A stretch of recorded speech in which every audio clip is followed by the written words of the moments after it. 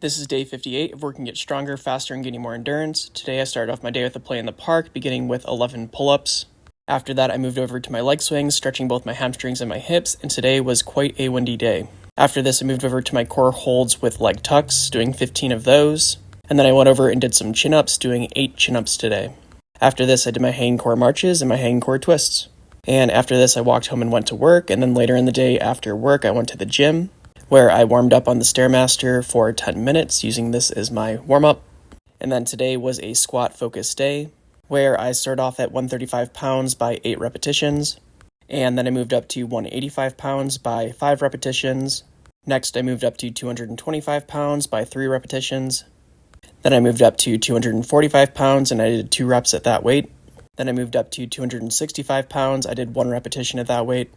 And then I went up to 275 pounds today, doing 1 repetition at my local PR, and here that is right now.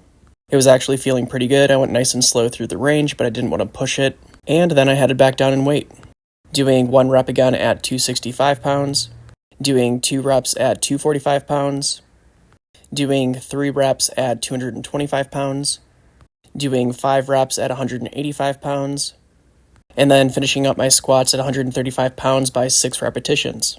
And I was feeling pretty good on the day, so I decided to keep on keeping on, and I threw in some calf raises, where I was settling in trying to find the weight that I was comfortable at.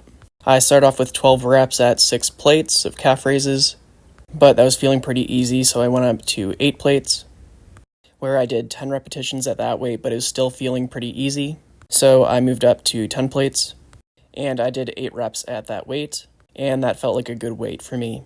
And then I finished off my workout with sled pushes and sled pulls, where I was going down and back with 45 plates, but that was starting to feel too easy, so I decided to slap a pair of 25s on, and that was much more difficult, so that feels like a good weight now for sled pushes.